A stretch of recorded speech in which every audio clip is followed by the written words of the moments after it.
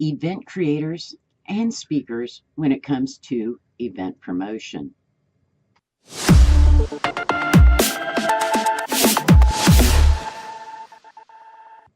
Hi, I'm Cheryl Locke with Ginger Roots Media, and I'm here with... Hey guys, Lainey Sullivan with Events by Lainey. All right, so we have to preface this video just a little bit. Cheryl and I disagree, but we agree to disagree, so we agree. Sure. Okay. No, we actually don't really disagree. We've had this debate for the last couple of days about speaker roles in promotion and event creator roles in promotion, and really how there's a disconnect and that's not happening, or that a disconnect that is happening that shouldn't be happening. So let's start with event creators. When you're an event creator and you show up to a speaker and you say, I'm going to throw this amazing event and I'd love for you to speak at it, and I'm going to have an event, we're going to have an audience of 300 people. And the speaker says, amazing, I'd love to be involved. And you sign contracts and you go along your way, and great. Well, the problem is that you're saying you're going to have an event full of 300 people. The speaker is expecting to come on stage to an event of 300 people. Which they should expect to do that, since you said that. Which is a correct expectation on their part, because you've made a promise. But what is happening is you've signed an agreement 99% of the time that you've given them an affiliate link and you want them to promote the event, and you now have an expectation that they're going to sell tickets. And now your expectation is that they're going to sell a lot of tickets and they're going to help fill your event. Wrong. You're responsible for 85 to 100% of the ticket sales of your event. Not your event planner, not your social media manager, not your speakers, not your attendees, not your affiliates. You, the event creator, are responsible for 85 to 100% of the tickets. Now, the reason I say 85 is because you do have affiliates. And hopefully your affiliates are promoting your event. And your affiliates, we're going to talk about that in another video, but your affiliates can be speakers. So when you are signing your contracts for speakers, you can sign an agreement with them that says, hey, I'd like you to promote this event to your tribe and to your audience and to your community. She hates the word tribe, so I use it every chance I get. So then there's the speaker side of it where, you know, they show up with this expectation of, hey, I'm going to go to this amazing event that's got 300 people. Yeah, let me, promote this out to my tribe and to my audience. See, I did it again. It's like I would like to turn off this camera and slap her about right now, but I'm not going to, because I just want to get this done. And this is a bad point for me. It is. This is where Cheryl, Cheryl gets all ranty. If you haven't heard her rant before, she gets really ranty. I get ranty on most of these videos. But on the speaker side, let's talk about the speaker side, because I know you really want to just lay into them a little bit. Okay, speakers. I know that you've been asked to appear at an event and that makes you feel special. I understand that. You should be an expert in your field. You should be well respected. You should have your own audience. And that's great. I can appreciate that. Mm-hmm. What I don't appreciate is the fact that you think you, A, don't need to promote, or don't need to supply the digital marketing team with everything they ask for, that you should be able to just tell the digital marketing team, oh, yes, I'm going to be speaking and you need to promote me with my image, or that's not the image I wanted you to use, because I had to go to your website, to your social sites, to somewhere to find an image. Mm-hmm. Now, let me tell you, if I went and took those extra steps after asking you to send, either I've asked you, your event planner or your event creator, someone should have already asked you exactly what to send, and you didn't send it, then you ought to feel pretty freaking lucky that I'm even doing anything for you. Mm-hmm. And what I do expect is not only that you fulfill those obligations of sending that information to me, but I also expect you to, when I'm tagging you, when I'm on your Facebook page speaking as the event brand, if I have to email you, I expect you to show me the same respect you would like. And That's not always happening. Some Right. of you speakers think you're up here and we are here to serve you because you're that freaking special. When the truth is, you have to build your audience. I'm not paid to build your audience. Mm-hmm. I'm not paid to do promotion for you. Mm-hmm. I am doing event promotion, and I usually really try hard to promote the speakers as a good person, as an expert, and show them in the best light. But when you aren't doing your part, I'm not near as willing to do mine. Mm-hmm. And that's the thing, you as speakers, you guys need to step up. Like, put your egos aside and really start engaging. So when the event creator has created content, we're going to talk about that in a second, but when they've created content and they're tagging you in posts, and their team, whether it's them or their brand page, and somebody's tagging you in a post regarding the event, you need to acknowledge it. Oh, yes, you you do. you need to acknowledge it, because, well, it's you're online, you're going to this event, you're going, you yourself, right? If I'm going to an event as a speaker, I'm going to promote the event, I'm going to promote it to my tribe, I'm going to respond to everybody, because you know what, I have a product to sell, I have a service to sell, and I want people to buy my product and service. So the best thing that I can do is get in front of as many people as possible, and if that means I have to spend a little bit of extra time every week to talk to people around this event, I'll do it. Even if it takes me an extra 20 minutes or 30 minutes, it it's worth it. And what if you show up at the event, you've been interacting with the event page and the event promotion and the attendees and the sponsors and all of this leading up. Mm-hmm. Guess what? When you walk in that room, or when you go to give your portion of the speaking event or your class or whatever you Mm-hmm. happen to be doing, and people are like, oh my God, I saw you online. Thanks for answering that Mm-hmm. question. Or guess what? You will be a superstar then. Yeah. But if you're ignoring everyone and everybody, Mm-hmm. nobody really cares about you. No, and you need, so yeah, you need to honor the event creator and honor the event that you're showing up to, And the attendees that are trying to and participate with yeah, you. and yeah, absolutely, you need to honor the event as a whole. You're being requested to show up, and you need to promote that event. It's not your responsibility to sell tickets, it's your responsibility to show up and be present. And that means showing up online, and it means showing up and engaging, it means promoting the event. Do you have to put out 20 posts a month? Probably not. Hopefully your event creator did not give you that agreement, and those agreements need to be really simplified. People aren't going to share an event 20 times a month. They're just not going to do it. That's So less than once a day. Why can't they? they can, but they can with our strategy. Hi. I was going to say, But excuse me, it's not that freaking hard. well, what I'm saying though, come on, stop. Shush. Is make a realistic agreement between what the shares look like. If it's once a week, that's great. If it's, because you're probably showing up to more than one event, probably speaking at more than one event. So there is that side of it where you can't always be promoting something. Sometimes you've got to actually put content out there that's engaging, not just a promotion. So you need to honor the event that you're showing up to. Put your ego aside, drop it and let it go, and really be present, because how you show up online and how you show up in person, hopefully it's in alignment. Because the problem that I find is that people show up online one way and then they show up in person another way, and it's a letdown. As an event planner, as an event attendee, when I see somebody who shows up online one way and then I see them in person and they are completely different than how they show up online. They probably have a good social media manager that's making them look better than they are. Yeah. It's not good. So it's really not good. So let me go back to the event creators and what you're creating as far as content goes. Yeah, you ain't no better. Yeah, no. No, you're screwing up.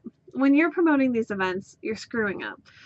We've already talked about how to promote on social and all of that, but let me talk specifically about a couple of things. Twitter. When you're promoting your promote your promotion, when you're promoting your promotion on Twitter, when you're promoting your image on Twitter, and you're promoting your speakers, all right? So you've got your speaker image. It is whatever the size, whether it's an Instagram image or Twitter image. I don't really care. The point of it is, if you're going to promote your speakers, you need to give them content that they actually want to go and share. So you need to make them look good. You need to share their name, share their business, share their topic, and make them the focal point of that image. Not you. You take your ego out of it. Your picture should not be on an image with a speaker's picture. There was a fly. Your picture should not be on the promotional image with your speaker. Your business should not be on the promotional image with your speaker. What should be on the promo image, Cheryl? You need your brand, the event brand, not your personal brand. You need the speaker's logo or the speaker's website. You need your hashtag for the event.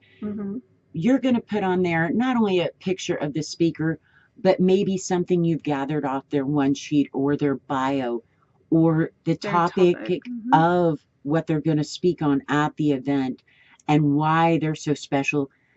You need more than just a little picture with their name, because that doesn't mean shit to people that don't know them. If 90% of your image, and here's a good rule of thumb, if 90% of your image, or 75 to 90% of your image, should be about your speaker, highlighting them and who they are, what they're doing, the whole 9 yards.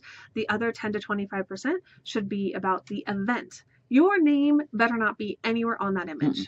Nowhere. Your personal name should never be on an image where you're promoting a speaker. So you need to focus, and here's the thing, focus on the speaker, because if you create a piece of content that's beautiful and worthy of being shared, their team or them are going to go grab that piece of content, and their fans are going to go share it because it looks good. It makes them look good. It makes them feel good. It's an ego booster. All right. We just said put your egos away. We're going to feed them. We're going to feed your egos, even though we're telling you to put them away. So put your own away, but feed other people's. Exactly. So the other side to that is when you're posting on Twitter, especially. I really can't believe I'm going to actually do a Twitter educational piece right now. Here we go. Do you want me to do it? I can yell. No, I'm gonna enjoy this for a minute. I'm gonna enjoy this. All right. So on Twitter, you're not going to say at Cheryl Locke is going to be speaking at the event, because that goes to whom? It'll go to only that person that you mentioned, and if you have followers that also follow that person, but the general public that does not follow both you and who you mentioned will not freaking see it. Okay, let her yell. So now shush. All right. You asked me to yell. So what you need to do is say, we're so excited to have Cheryl Locke present on blah blah blah topic, and make sure you hashtag it. So then that goes out publicly. So it goes out beyond your audience. It goes out beyond the joint mutual audience, and the public actually sees it. And the problem that you're doing is you're not actually tagging these people properly, and you're not hashtagging it. We've already talked about this in previous episodes, but over and over. But do it. This is super important, because if the more comprehensive and complete that initial post is and that share is, the easier it is for somebody to share it and for things to be found across the board on all your social channels. So, and the more willing people are to share it. So you need to make sure that you're actually sharing it right. I'm tired of seeing garbage stuff go out, and it's really simple fixes. And the thing is, when you're sharing improperly, or you're sharing more about you than you are your speakers and your sponsors, because sponsors fall into this category too. The thing is, it reflects on you and your event, because at that point, if I want to be an attendee, I may have a favorite speaker that I know is going because they've mentioned it, I've seen it. Yep. But the thing is, I don't feel like you're treating them well enough. Or maybe I'm thinking, you know what, if you can't even post on freaking Twitter or share on Facebook and tag these people, or Instagram or any of your social, and you don't have that much respect for your speaker, then guess what? I don't really have respect for you as an attendee. And I think that people may not want to see it that way. But there are people that do. So you have to understand, like, Cheryl will be your harshest critic. It's true, and she'll admit it. She's my harshest critic, and I love her for it. Okay, not always. But there are going to be those that are out there. And, because we live in this space, we are harsher critics of this whole thing. So we are going to look at the holes and we're going to tell you, hey, we want you to fix them. And the reason we do it this way is because we want you to be better. We want you to be successful. We want you to sell those 300 tickets. So let's talk about those 300 tickets and versus the 50 that you actually sold. Okay, so if you are selling, you're selling to your speakers that you're going to have a 300 person event, like I said before, have a 300 person event and you better fucking deliver. Ooh, you better freaking deliver. Oh, snap! And I'm the mean one. Yeah, so you better deliver. Here's the thing though. If you don't think that you can deliver a 300 person event, don't start with a 300 person event. Start with 100. Start with 150. And I'm not saying that you can't do a 300 person event. Some people can pull in 300 people like that. But that also comes from, if they watch the other video, did they poll their audience? Right. Do they know their audience? Right. There's a lot more to getting 300 people to show up for you. And if you don't have an audience that's going to buy, again, we've talked about this. So go back to that video. It's analyzing your audience. Go back to that and analyze your audience. So if you drop your goal down, you can have an outstanding goal. You can have an outrageous goal. So in your head. Yeah. I mean, you can have it like, I want to do 300 people, but we're going to focus on the first 100. And then you tell a speaker, hey, we're going to have 100 people. It's going to be an amazing event. You can still sell it the same way. Just change the number and drop it. And here's what happens. When you hit that 100, people are excited. When you hit that 150, people are excited. When you've exceeded your goal, people are excited. And the excitement goes out through social. People are excited to show up. Undersell and over-deliver. Always. That's the standard in business. Oversell. No! You said that backwards. What? Over-deliver. Under-promise and over-deliver. That's the one I want. What the hell? Over-deliver. Your mouth is really going to get us in trouble here. All right. So start with 100 people and then exceed that goal, right? So exceed it, get to 125, get to 150, get to 200. Because then what is happening is people are more excited to share your event. People are more excited to go, oh my God, I'm so excited. There's gonna be 150 people from all over the world at this event. And if you're a couple weeks out and you send a letter to the speakers and say, you know what, we are bumping up where we were going to hold this. We're going to hold it in a different area of our venue, whatever, because we've had 300 people sign up. Let me tell you, those speakers are going to be overjoyed coming. Yeah. Quite the opposite of if they catch wind of the fact that you only have 50 out of 100 sold or 50 out of the 300 they expected. You're going to have speakers dropping out left and right. You're going to have a lot of problems. So, and the energy of the whole thing changes. So the energy changes from excitement to fear, wonder, worry. Is the event going to actually happen? So if you've promised 300, you've only sold 50, honestly, there's a time to change that event. And you need to have a very open and honest conversation with yourself about that. But that, again, is a whole other conversation. And if you've only sold 50 tickets and it's coming down to a month out, you can't get a hold of your digital marketing team and start reaming them. No.